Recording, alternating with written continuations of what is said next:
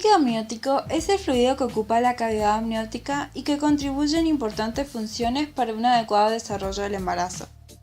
Sirve de protección fetal frente a traumatismos, ya que posee propiedades amortiguadoras, frente a infecciones por sus propiedades bacteriostáticas y bactericidas, y además tiene importancia vascular y nutricional al prevenir la compresión funicular y placentaria. Proporciona un espacio óptimo, permitiendo los movimientos fetales y el desarrollo del sistema musculoesquelético. Interviene en el desarrollo de órganos fetales como el pulmón o el aparato digestivo. Mantiene una temperatura fetal uniforme. Contribuye al diagnóstico del estado fetal, ya que nos proporciona información sobre la salud fetal y su madurez, y actúa como lubricante durante el trabajo de parto. El polidramnios es un síndrome clínico cuyo componente más característico es el aumento exagerado de la cantidad del líquido amniótico. Este normalmente oscila entre 300 y 900 mililitros. Se considera que hay polidramnios cuando en el embarazo a término el líquido amniótico excede los 2000 mililitros o los 1000 mililitros a las 20 semanas. Su incidencia en la población obstétrica es del 1 al 2%. Etiología. Cualquier causa que afecte a la producción o eliminación del líquido amniótico puede originar un polidramnios. Sin embargo, hasta en un 60% de los casos no se encuentra ninguna causa que justifique el exceso de líquido amniótico, a lo que se denomina polidramnios idiopático. Es importante destacar que la mayor parte de estudios publicados demuestran que a mayor volumen de líquido amniótico se incrementa la probabilidad de hallar una causa etiológica que lo justifique. De entre los casos en los que se encuentra una posible causa, generalmente entra en alguna de las siguientes categorías: causas fetales y desórdenes genéticos, causas maternas o causas placentarias. Causas fetales. Son muchas las malformaciones fetales asociadas a polidramnios, al interferir bien en la producción o en la eliminación del líquido amniótico. Representan aproximadamente el 20% de las causas de polidramnios. Las malformaciones congénitas que con mayor frecuencia se asocian a polidramnios son malformaciones intestinales, malformaciones del sistema nervioso central, malformaciones cardíacas, malformaciones del sistema genitourinario, del sistema respiratorio, del sistema musculoesquelético y también desórdenes genéticos. Malformaciones intestinales. El mecanismo para el desarrollo del mismo se da porque las obstrucciones proximales impiden la absorción intestinal del líquido amniótico y su deglución, desarrollándose así el polidramnios. Las más frecuentes son atresia esofágica, atresia o estenosis duodenal, páncreas anular, hernia diafragmática y defectos de la pared abdominal, como ser ónfalocele y gastrosquisis. Malformaciones del sistema nervioso central. Las anormalidades del sistema nervioso central que más frecuentemente se asocian a polidramnios son los defectos del cierre del tubo neural, tales como la anencefalía, la espina bífida o el encefalocele. Sin embargo, otras malformaciones del sistema nervioso central como hidrocefalia, microcefalia, holoprosencefalia, hidranencefalia o síndrome de Dandy-Walker también pueden asociarse con polidramnios. Se ha propuesto que la causa de polidramnios en estos fetos sería una alteración en la deglución fetal del líquido amniótico. Otras teorías propuestas incluyen la poliuria fetal por aumento de la producción de vasopresina por la hipófisis y también la transudación directa de líquidos a través de las meninges. Malformaciones cardíacas, todas aquellas que pueden conllevar al desarrollo de hidrops fetal. Malformaciones tales como incompetencia valvular, estenosis valvular, arritmias o enfermedades de Epstein pueden producir polidramnios como consecuencia de la descompensación cardíaca fetal que producen, la cual genera un aumento de la presión hidrostática en los capilares fetales y la consiguiente transudación de fluido a la cavidad amniótica. Malformaciones del sistema genitourinario. Son generalmente anomalías renales unilaterales, tales como el amartoma renal, el riñón multiquístico o el nefroma mesoblástico. Malformaciones del sistema respiratorio. Las malformaciones respiratorias tales como la hipoplasia pulmonar, el quilotórax, adenomatosis quística pulmonar o tumores torácicos producen polidramnios al interferir con los movimientos respiratorios, con la consecuente interrupción de la transferencia normal del líquido amniótico a través de los pulmones. Malformaciones del sistema musculoesquelético, tales como la displasia esquelética, la osteogénesis imperfecta, acondroplasia, displasia tanatofórica, distrofia miotónica o síndrome de hipocinesia-cinesia, producen polidramnios a consecuencia de la compresión o restricción del tórax fetal o disminución de los movimientos fetales. Desórdenes genéticos.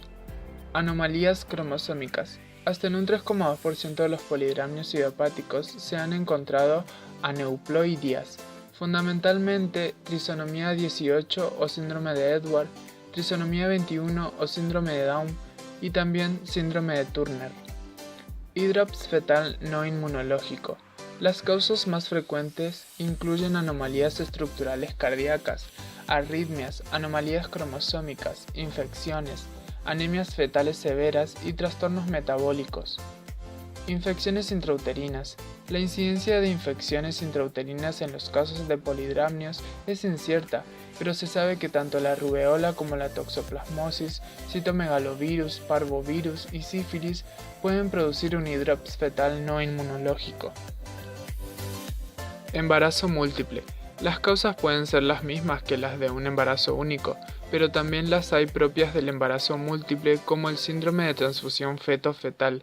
Este síndrome puede ocurrir en los embarazos monocigóticos de manera que se crean conexiones vasculares intraplacentarias entre ambos gemelos, de manera que el gemelo transfusor o dador transfunde crónicamente al otro gemelo.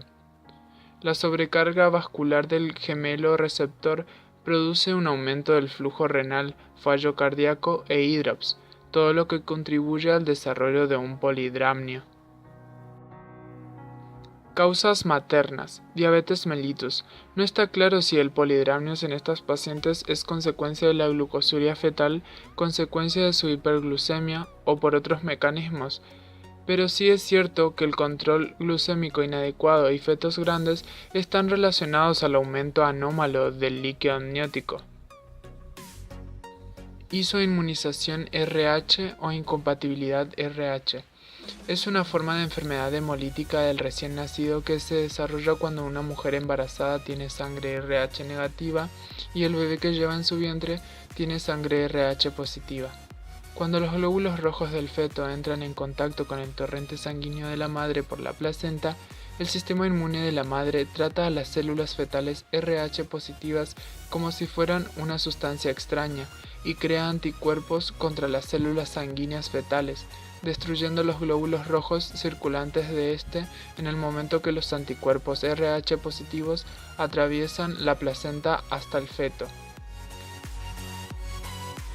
La infección materna por parvovirus B19 puede ocasionar una anemia fetal cuyo elevado gasto cardíaco fetal es causa del polidramnios. Causas placentarias para el polidramnios. Se da a través del tumor benigno más frecuente en la placenta, denominado corioangioma placentario. El cuadro clínico puede ser agudo, que comienza bruscamente, ocurre usualmente en el segundo trimestre, antes de las 24 semanas de gestación. Se caracteriza por una rápida acumulación de líquido amniótico en pocos días. El hidramnios agudo distiende rápidamente el útero hasta un tamaño enorme. Sobrevienen trastornos respiratorios y cardiovasculares por compresión, dolor intenso a nivel del útero, náuseas y vómitos. Generalmente se produce el parto antes de que el feto alcance una viabilidad, o si no, el cuadro es de tal gravedad que hace indispensable una intervención. El pronóstico fetal siempre es reservado, debido a que en muchas oportunidades el hidramnios se acompaña de malformaciones graves y a veces se asocia a abruptio placentario. En el hidramnios crónico, en cambio, el inicio es tardío, hacia el 7º mes de gestación. La evolución es más lenta, lo que hace que el embarazo sea más tolerable. El parto se inicia a veces antes del término por la rotura espontánea de las membranas. Pueden entonces ocurrir distocias por la sobredistensión del útero y por ausencia de acomodación fetal. Las presentaciones viciosas y las procedencias del cordón y de los miembros son frecuentes, así como también las hemorragias del alumbramiento. En algunos casos, la contractibilidad es baja y la evolución del embarazo no se altera, pero el resto presenta una contractibilidad alta, es decir, que es mayor a la de una gestación de la misma edad. Durante el trabajo de parto, la contractibilidad uterina se caracteriza por presentar baja intensidad e hipertonía, todo lo cual condiciona una lenta evolución de la dilatación cervical. En estos casos, la rotura de las membranas es una excelente medida terapéutica, pues al permitir la salida del exceso de líquido amniótico, desaparece la sobredistensión del miometrio, desciende el tono y aumenta la intensidad contráctil con la consiguiente evolución normal de la dilatación del cuello del útero.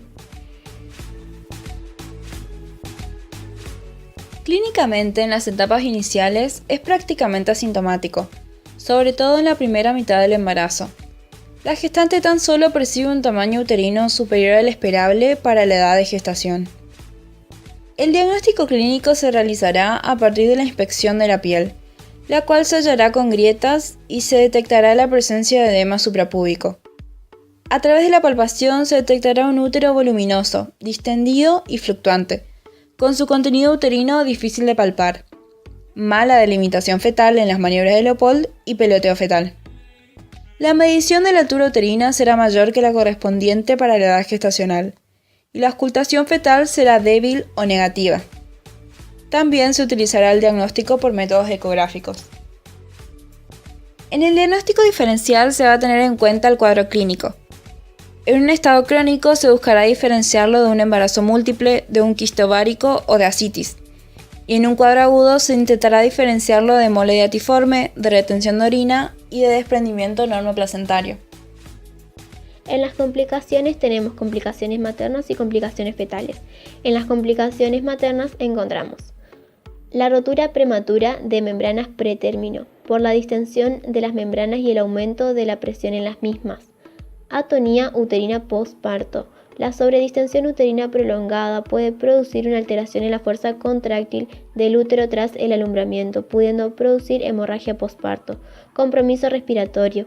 El aumento del tamaño uterino desplaza órganos y estructuras abdominales, llegando a aumentar la presión intraabdominal y empujar el diafragma con la dificultad de movimientos respiratorios. Síntomas compresivos. Hay más dificultad en el retorno venoso por compresión de vasos pélvicos y abdominales, que pueden dar lugar a la aparición de edemas en miembros inferiores, en vulva o abdomen. En las complicaciones fetales encontramos amenaza de parto prematuro. La sobredistensión uterina parece ser la principal causa del aumento de los partos pretérminos en estas gestantes. Presentaciones anormales, prolapso del cordón umbilical, favorecido por la posición fetal y el aumento del volumen de líquido amniótico que al producirse la rotura de membranas puede interponer el cordón umbilical por delante de la presentación fetal. Alteraciones en la posición fetal, esto es debido al mayor espacio. Y anomalías congénitas. En el embarazo, restricción hídrica, régimen hiposódico y administración de diuréticos poco eficaces. Administración de indometacina a dosis de 1.5 a 3 mg por kilogramos de peso por día con resultados eficaces. En el embarazo crónico, profilaxis del parto prematuro. En el embarazo agudo, se aconseja disminuir la tensión intraabdominal por medio de la punción transabdominal. La cantidad de líquido a extraerse estará condicionada por el volumen total del líquido amniótico existente. Se aconseja la extracción en forma parcial y paulatina a razón de unos 500 ml por hora para evitar el desprendimiento prematuro de la placenta. Se administrarán tocolíticos como la indometacina solo si la gestación es menor a 32 semanas para evitar que el trabajo de parto se inicie, salvo el caso que se demostrase la existencia de malformaciones fetales. Tratamiento en el parto. Durante el periodo de dilatación se practicará la rotura artificial de la bolsa cuando la dilatación cervical se encuentre entre 3 y 4 centímetros. Al proceder a la amniorexis, se deberá tomar toda la precaución necesaria para evitar la prosidencia del cordón o de un miembro. Con la rotura de las membranas, desciende la presión intrauterina y en consecuencia el tono del útero disminuye y aumenta la intensidad de las contracciones, con lo que el trabajo de parto evoluciona de manera más normal. Tratamiento durante el alumbramiento. Vigilar atentamente las hemorragias atónicas, para lo cual se aconseja la infusión intravenosa por goteo de solución de oxitocina en dextrosa al 5% y la aplicación de una bolsa de arena sobre el abdomen, para evitar los inconvenientes que causa la descompresión brusca o shock.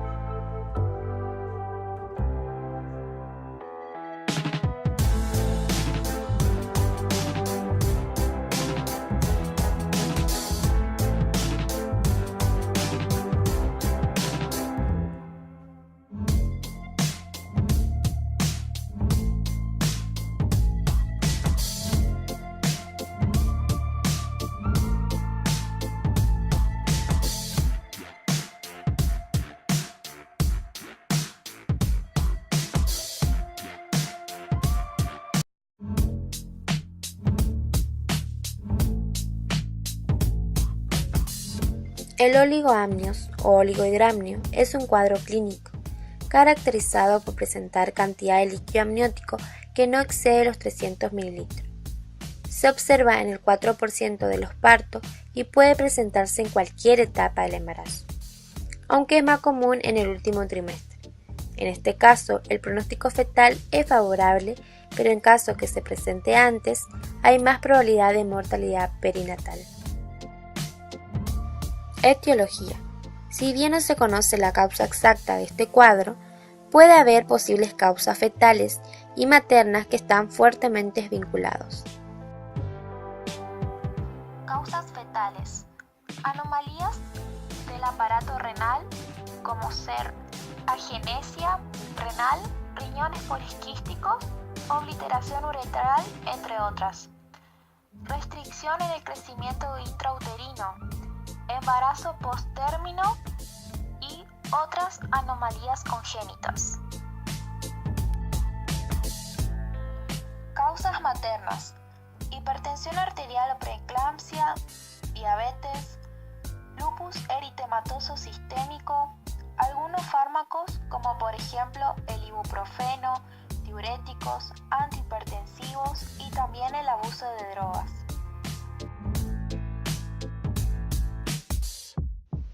Signos y síntomas. No causa síntomas maternos.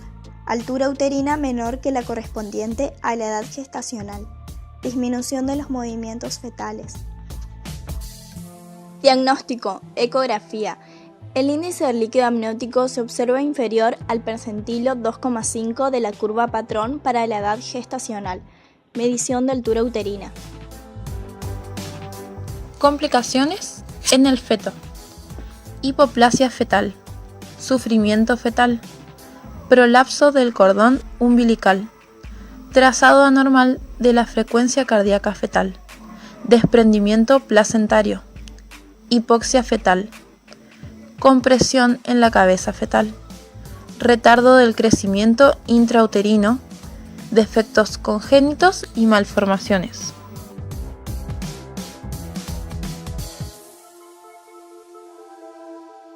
Complicaciones que se presentan en el recién nacido con frecuencia son deformaciones de la columna vertebral, dificultad respiratoria, debido al síndrome de aspiración de meconio, durante o después del parto.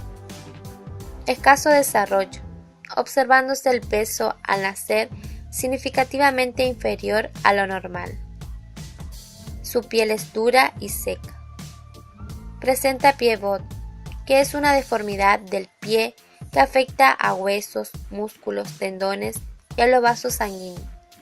El pivot tiene un aspecto corto y ancho.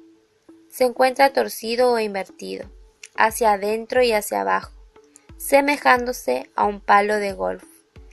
Puede presentarse en un pie o en ambos. Lo recién nacido de embarazos con oligoamnio suele presentar malformaciones y hay una mayor incidencia de muerte neonatal.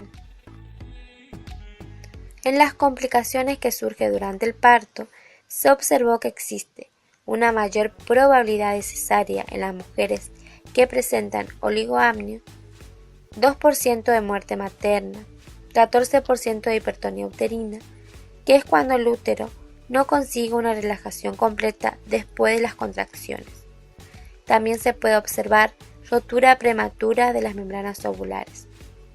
Es por esto que cuando una mujer sufre de oligoamnio severa cerca del momento del parto, el obstetra podrá indicar amnioinfusión para reducir las complicaciones y disminuir la necesidad de cesárea.